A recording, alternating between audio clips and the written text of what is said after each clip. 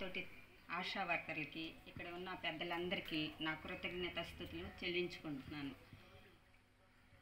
మనం చేయుచున్న పనుల్లో ప్రతిదినము పోయిన 2023 సంవత్సరం నుండి మరలా 24వ సంవత్సరం వరకు ఇంతవరకు మనల్ని ఈ స్థితిలో ఉంచి ఈ క్షణం వరకు మనం ఉన్నామంటే అది మనం చేయుచున్న సేవలో కానీ మనం చేయుచున్న తగ్గింపు గుణంలో కానీ మనం మరణించిన వరకు మనం చేయుచున్న సేవలో చిన్నపిల్లలను కానీ పెద్దవారిని కానీ వృద్ధులను కానీ ఆరోగ్య స్థితిలో కానీ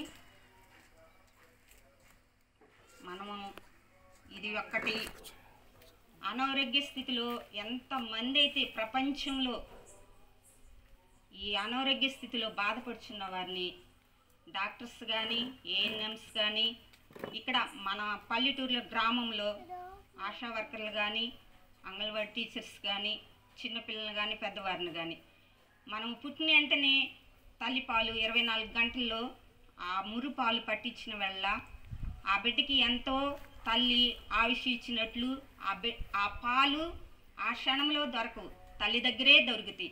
అది మనం గుర్తెరిగి ప్రతి ఒక్క బిడ్డని పుట్టిన బిడ్డని బీసీజీ వ్యాక్సిన్ చేయించి మరలా ఇప్పుడు మా ఏఎన్ఎం గారికి చెప్పినట్లు పెద్దవాళ్ళకి బీసీజీ వ్యాక్సిన్ ఇస్తున్నారనమాట.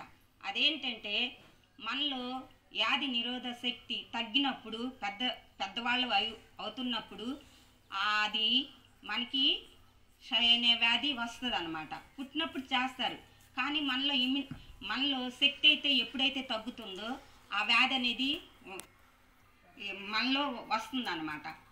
అది నెమ్ముగా మారచ్చు, ఆ నెమ్ము నుంచి ఊపిరితిత్తుల నుండి టీవీ అనే జబ్బు రావచ్చు అనమాట. మా ఏఎన్ఎం గారు సోమవారం గురువారం ఇక్కడ పంచాయతీ ఆఫీస్ దగ్గర ఇస్తున్నారు. పెద్దలందరూ ఏంటంటే పెద్దవాళ్ళు సిగరెట్లు తాగే వాళ్ళు కానీ మగవాళ్ళు సిగరెట్లు తాగే వాళ్ళు కానీ మందు తాగే వాళ్ళు కానీ అనేక విధములుగా పాన్ పరాకులు తినేవాళ్ళు కానీ అనేక విధంగా బయటివి ఉపయోగించుకుంటూ లేనిపోయిన రోగాలు తెచ్చుకుంటూ ఉంటున్న వారికి ఈ బీసీజీ వ్యాక్సిన్ ఆడవాళ్ళకి కానీ మగవాళ్ళకి కానీ మా ఏఎన్ఎం గారు ఇస్తున్నారు. వచ్చి తెలియని వాళ్ళు గురువారం పంచాయతీ ఆఫీస్ దగ్గర ఇస్తారు. అదొకటి. మళ్ళీ 104 బండి వస్తుంది అనమాట. ప్రతి గురువారం మన పంచాయతీ ఆఫీస్ దగ్గరకు వస్తుంది. మీరు వచ్చి మీకున్న సమస్యలు బీపీ కానీ షుగర్ కానీ అవన్నీ మా మెడికల్ ద్వారా ఇక్కడ అంగన్వాడీ టీచర్స్ ఉన్నారు. మీ పిల్లలను ఎంతగానో బాధ్యతగానో చూస్తున్నారు టీచర్ గారు వాళ్ళు. ఆ వాళ్ళని మీరు గుర్తెరిగి మీ బిడ్డలను చిన్ననాటి నుండి స్కూల్కి పంపించి ఎవరి బిడ్డని అభివృద్ధి పంచుకోవాలనుకున్నప్పుడు మన బిడ్డల్ని క్రమంగా బడికి పంపించుకొని మీకున్న సేవల్లో మేము అందించుతున్న సేవల్లో క్రమంగా ఉపయోగించుకోవాలని నేనేమన్నా తప్పుగా మాట్లాడితే నన్ను క్షమించి మా మేడం గారికి మీరు సహాయంగా ఉంటారని మిమ్మల్ని నేను కోరుకొంచు ఈ చిన్నది మనల్ని ఆలకించమని మనం చేసుకుంటున్నాం. Thank you. Very nice message in the public. అంటే మన యొక్క ప్రజలకు